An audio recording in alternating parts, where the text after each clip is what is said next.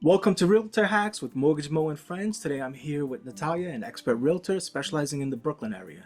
Natalia, why don't you introduce yourself? Hi, my name is Natalia Paulino. I have been a realtor since 2016, fully active since 2019. Started off highly in Brooklyn, and since COVID kind of expanded my reach out into pretty much every borough besides the Bronx. And I enjoy every step of the way of it. I try to make real estate educational, you know, easy, stress-free, but also add in a little bit of fun because that just makes everything easier at the end of the day. 100% agree with that. So, what's a problem that you see agents are facing nowadays? Yeah, I think for agents, they just really need to work harder at marketing themselves. You know, one of the main things that helps any business grow is marketing and putting your name out there. And what we're selling is basically ourselves. So 100% for agree me, I with that. think, yeah, I think for me, it's really important that we focus on marketing. And right now, we have such an advantage with social media that I don't think a lot of people take advantage of. Marketing right now is free with social media, and a lot of people are just too shy to just jump into it. Yeah, it's a fact. I used to think that the most important part was being the best at what I do.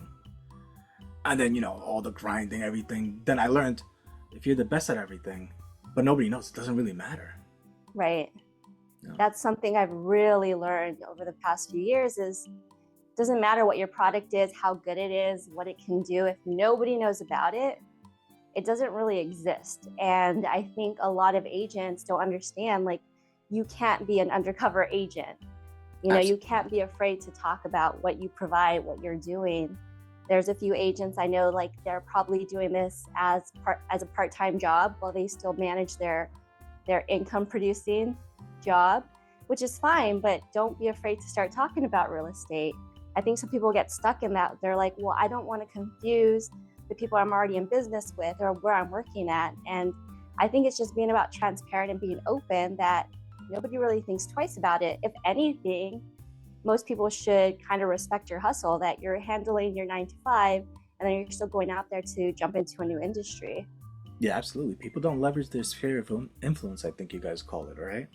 Yes. So starting off, even when I first got my license, my leader sat down and talked about what steps I should be taking. And that's one of the first things that she went over is reach out to your sphere of influence, which is people that already know you, love you, trust you, which are your friends, your family, past coworkers, past schoolmates, whatever it is. Anybody that already knows you is who you want to touch base with first because you already have that relationship. They already know who you are.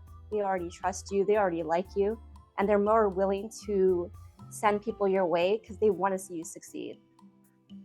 100%. I mean, hell, if the people that know you don't want to work with you, what do you expect from strangers? Right. Right. Do you have a hack for the people that could help them grow their business? Yeah. So for me, my biggest breakthrough was just jumping into social media and doing a lot more videos, doing a lot more reels.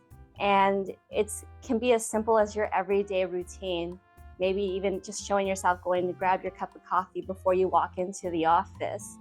You can share a lot of real estate tips, which I have, but you also want to mix it up with some personal touches that talk about who you are as a person, that brings out your personality to create a connection, not just with your friends and family, but people that haven't even met you.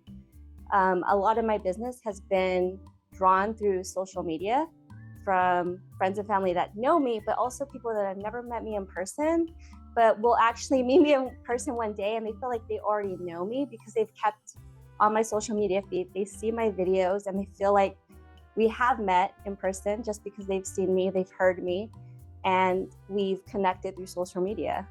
So I feel like that right now is one of the biggest things that agents could be doing to build their business and build it faster. Yeah, that's how people get a feel for your energy.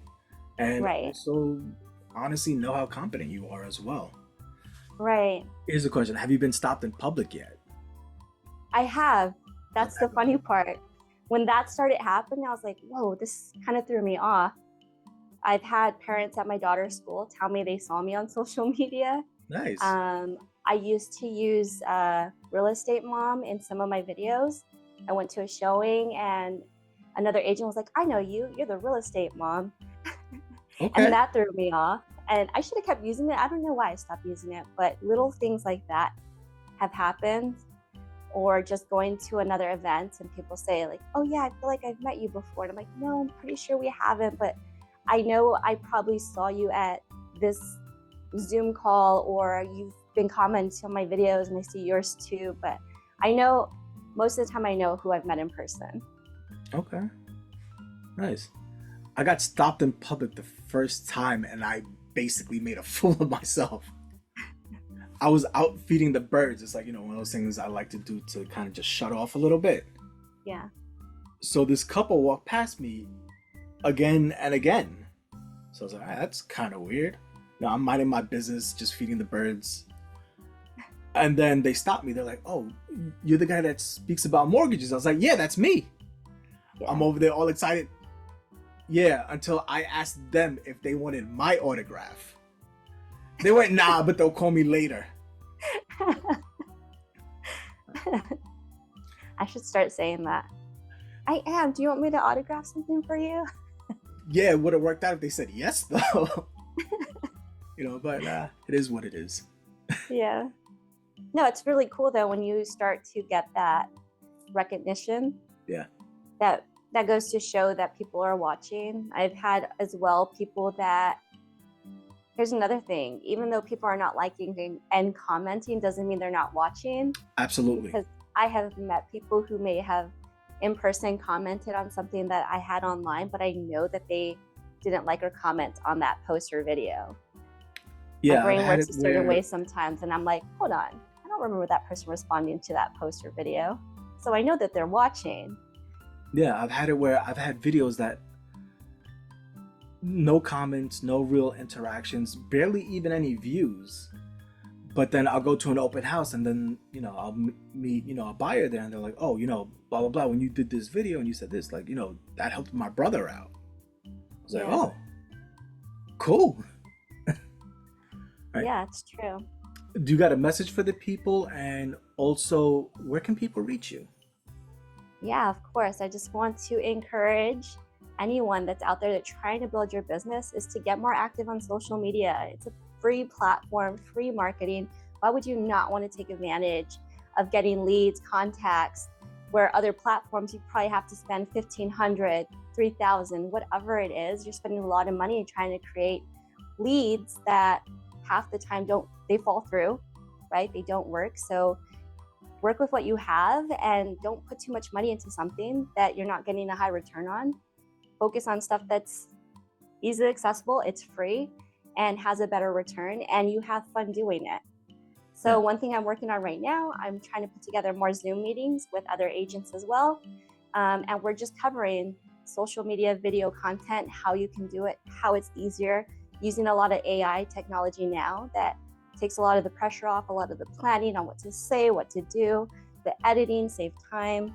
So if anybody wants to join that, they just have to shoot me a message. I'm on Facebook, I'm on Instagram, and I'm now jumping into TikTok. I'm on the mortgage side. Can I check out the Zoom too? Of course. Okay. And, just my opinion, I know a lot of people tell me like, oh, they can pay X amount and then this company will do this and that and this for them. But it's not organic. Like people see, in my opinion, I think people see through it. Like I know when I see something that's, all cookie cutter regurgitated, nah. It's almost too perfect put together. Yeah, it's like, all right, it's nice that you paid for that, but who are you? Right. It feels a lot more staged for sure. Yeah. And I think right now people are looking, they keep saying people are looking for a lot more of like that authentic, real-time footage than something that's fully edited and polished. Yeah, and I've noticed those actually do better. Right. Which is great because editing sucks. Yeah, people go on social media because they want to connect with people that like they would consider a friend. And when it's too edited, too polished, too much, then it kind of creates that disconnect. Yeah, people could watch a movie if they wanted to do that. Right. All right. Well, this has been Realtor Hacks with Mortgage More and Friends. It's been a pleasure having you as a guest, and we're going to post your info in the description. Stay blessed, Thank you people. so much. Yes, I appreciate your time. It's been great.